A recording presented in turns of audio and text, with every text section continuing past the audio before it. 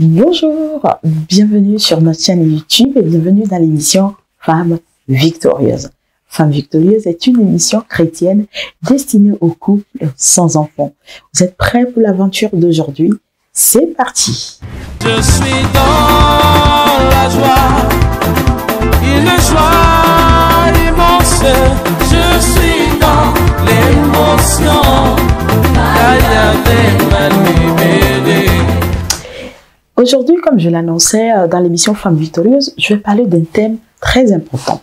Restez accrochés et si c'est votre première fois sur cette chaîne, n'hésitez pas à vous abonner, à liker et à partager pour bénir d'autres dans la foi.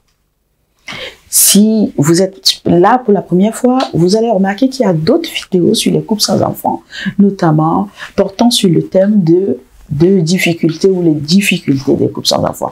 N'hésitez pas à regarder, ça va vous faire du bien, ça vous bénira. Mais aujourd'hui, le thème de ce jour, c'est une erreur à ne surtout pas commettre dans un couple sans enfants. Une erreur à ne surtout pas commettre dans un couple sans enfants. Pour en parler, je vais partir d'un texte biblique très intéressant qui se trouve dans Genèse 16, versets 1 à 6. On va lire ensemble, comme ça on découvre ce que ça veut dire. Il s'agit de la naissance d'Ismaël par sa mère Agar.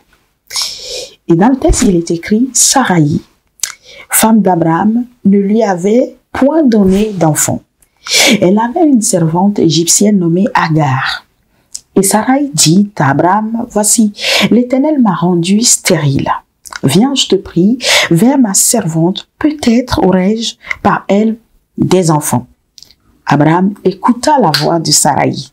Alors Saraï, femme d'Abraham, prit Agar l'Égyptienne, sa servante, et la donna pour femme à Abraham son mari, après qu'Abraham eut habité 10 années dans le pays de Canaan.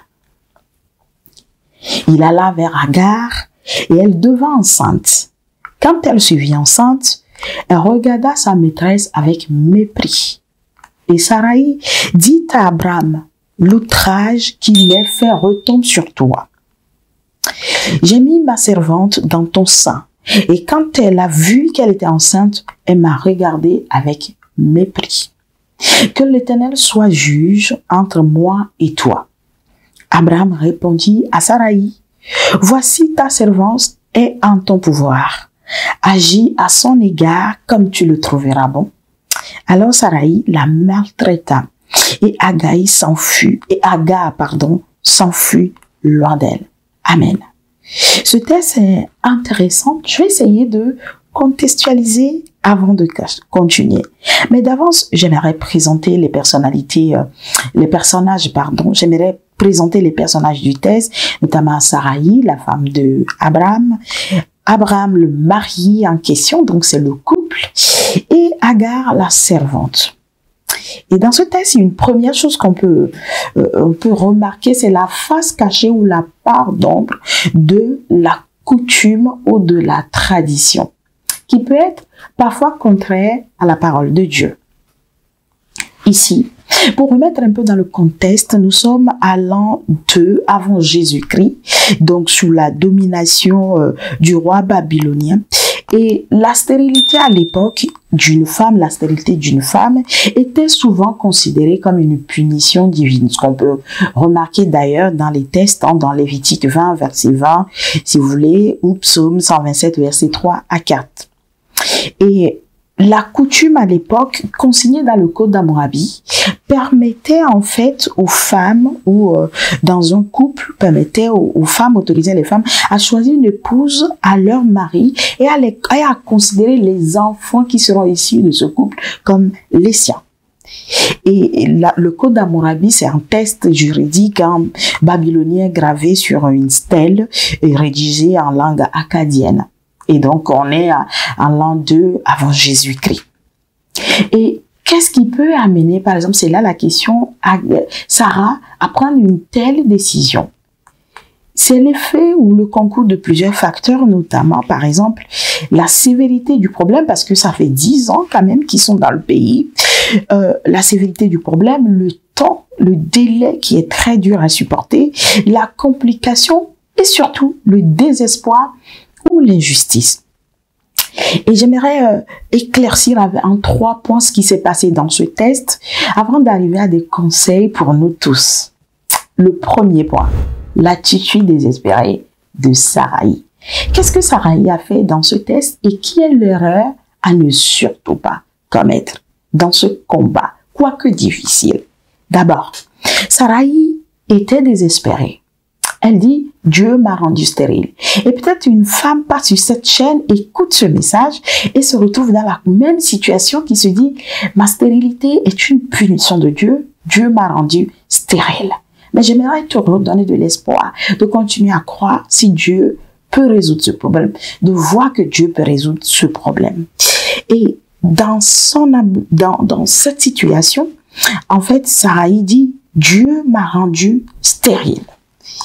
Et vu qu'elle était mal, se sentait mal, elle était mal vue peut-être dans la société, tout ce qu'elle subissait, elle a pris une décision conformément à la coutume et non conforme à la parole de Dieu. La décision, c'était quoi? De conseiller à Abraham, qui est son mari, de prendre Agar comme d'aller vers Agar, comme le texte le dit, et d'avoir un enfant avec lui ou avec elle.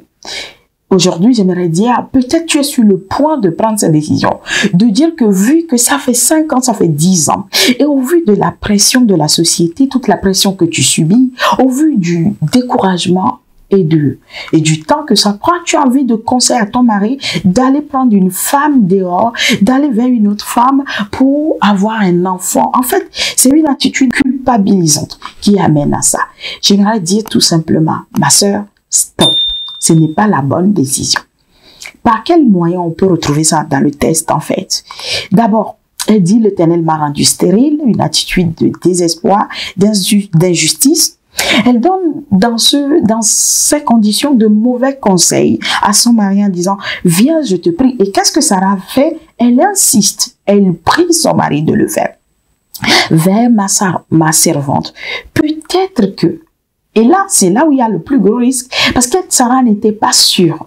Saraï n'était pas sûre si Agar pouvait donner un enfant. Elle dit, peut-être que, es-tu sûr que ce conseil est-il le bon? Va vers, peut-être que. Et c'est un conseil basé sur peut-être que. Et c'est un conseil basé sur le doute. Ce n'est pas sûr et c'est contraire à la parole de Dieu. Sans assurance, on peut induire quelqu'un en erreur. Toutes les décisions que nous prenons, pas sous l'inspiration de Dieu, mais sous l'inspiration du découragement, du désespoir, peuvent nous conduire à prendre de mauvaises décisions, peuvent nous conduire à commettre des erreurs irréversibles. Ce qu'on va voir, le désespoir peut nous amener à prendre des décisions irréversibles. Il serait plutôt intéressant de regarder dans le viseur de Dieu, de regarder vers Dieu pouvoir, de continuer à croire aux promesses de Dieu pour nous dans le nom de Jésus-Christ. Alors, deuxième point que j'aimerais aborder, lié à cette erreur, c'est l'attitude méprisante inattendue de Agar. Ça, Sarah ne l'avait pas vu venir.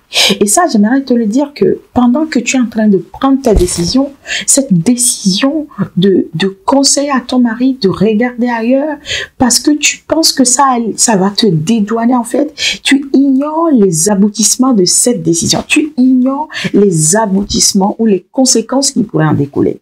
Une fois que Agar est tombée enceinte, elle méprise sa patronne. Ce qu'on peut voir dans le verset 4, il alla vers Agar et elle devint enceinte.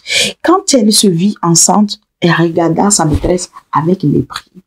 Tu ne peux pas imaginer les conséquences qui peuvent découler de cette décision, de ce choix que tu es en train de faire en ce moment. Et si tu m'écoutes en ce moment, je suis convaincue que le Seigneur Jésus veut t'alerter de ne pas prendre cette décision, de ne pas adopter l'attitude de Saraï dans ce combat et de s'attendre toujours à lui, celui qui a la solution à tout. Et en fait, Saraï, dans cette histoire, Saraï va voir qu'elle est méprisée. En fait, cette attitude-là, Saraï n'a pas vu venir. Et là, la décision qu'a prise Saraï va avoir une conséquence irréversible. Sinon, des conséquences irréversibles que je résume en 3 points. D'abord, dans le texte, vers la fin, dans le verset 5-6, on voit qu'elle commence à se plaindre, elle vit mal cette situation, et puis elle va dire à son mari Abraham que mon opprobre retombe sur toi, que Dieu soit juge en toi et moi. Et là, qu'est-ce que Abraham va faire? Abraham va procéder, premier point, à la liquidation de Agar à Sarai pour dire, c'est ta servante, traite-la comme tu veux. C'est l'une des premières conséquences. Deuxième conséquence, Sarai va maltraiter Agar, en fait. Et troisième conséquence, Agar va fuir, va prendre la fuite. En fait, cette décision de dire, va vers ma servante pour se dédouaner, pour qu'elle te donne un enfant, parce que la loi l'autorise, en fait. Ça, c'est la part sombre, en fait, le côté sombre de la tradition. Et parfois, quand nous nous accrochons à la tradition, au lieu de nous accrocher à la parole de Dieu, au lieu de nous accrocher aux promesses de Dieu, nous prenons des décisions qui ont des conséquences désastreuses plus tard. Là, toute une famille est fracassée, une famille fragmentée. Pourquoi? Parce que, en fait, Abraham n'arrive pas à prendre l'autorité pour régler le problème parce que il est de nature comme ça. Et Sarai va profiter. Sarai va procéder à la maltraitance de Agar, sa servante, celle qui l'a servi depuis longtemps. Et Agar va fuir la maison. Ça, c'est une famille qui se déchire finalement. Est-ce que cette décision de Sarai a été plus bénéfique à la famille? Là, dans ce cas, je ne crois pas. La décision de Sarai n'a pas été plus bénéfique. Au lieu de s'attarder sur les lois, les traditions, les pressions sociales, au lieu de commettre cette erreur irréversible, que peut-être tu es sur le point, tu réfléchis, il y a d'autres formes d'erreurs que je vais aborder, mais celle-ci à la lumière de la parole de Dieu, au lieu de la commettre, j'aimerais t'inviter, si tu m'écoutes en ce moment, à faire plutôt les choses suivantes. Je les présente de manière non ordonnée. J'aimerais t'inviter à continuer à prier. Continue la prière. Fais des prières précises. J'aimerais te dire que dans le couple, instaurer des moments de prière, de partage de la parole. Écouter des messages qui encouragent et qui fortifient. Écouter des témoignages des couples sans enfants et voir comment ces couples arrivent à marcher avec Dieu dans ce combat. Continuez les traitements si vous êtes suivi à l'hôpital et autres. Si Dieu a accordé la grâce de le faire, n'arrêtez surtout pas les traitements, car Dieu peut bénir à travers les médecins ou continuez les traitements jusqu'à ce que Dieu vous exauce. N'abandonnez pas dans la foi. Ne vous accrochez pas aux traditions. Au contraire, accrochez-vous aux promesses et à la parole de Dieu. Que Dieu vous bénisse. J'aimerais prier pour vous. Père, dans le nom de Jésus, au travers de ma voix, tu viens de sauver un couple qui est sur le point de commettre une erreur. Et puisque ta parole ne vient pas sans avoir d'effet, je prie que tu fortifies un couple dans ce combat. Et je prie que tu donnes le courage à un couple dans ce combat. Mais surtout, Père, tu as dit tout ce que je demanderai au nom de Jésus, tu m'exauceras. Jésus le Christ. Aie pitié de tous ces couples. Accorde-les la grâce de vivre cette promesse, d'avoir un enfant. Que tous ceux qui écoutent ce message et qui se retrouvent dans ce cas reviennent dans un acte témoigné de la puissance de la prière, de la puissance de l'œuvre de Jésus, de la puissance de la promesse de Jésus à donner un enfant. Celui qui a conçu les entrailles, ouvre-les maintenant pour qu'il y ait des conceptions. Dans le nom de Jésus, j'ai prié.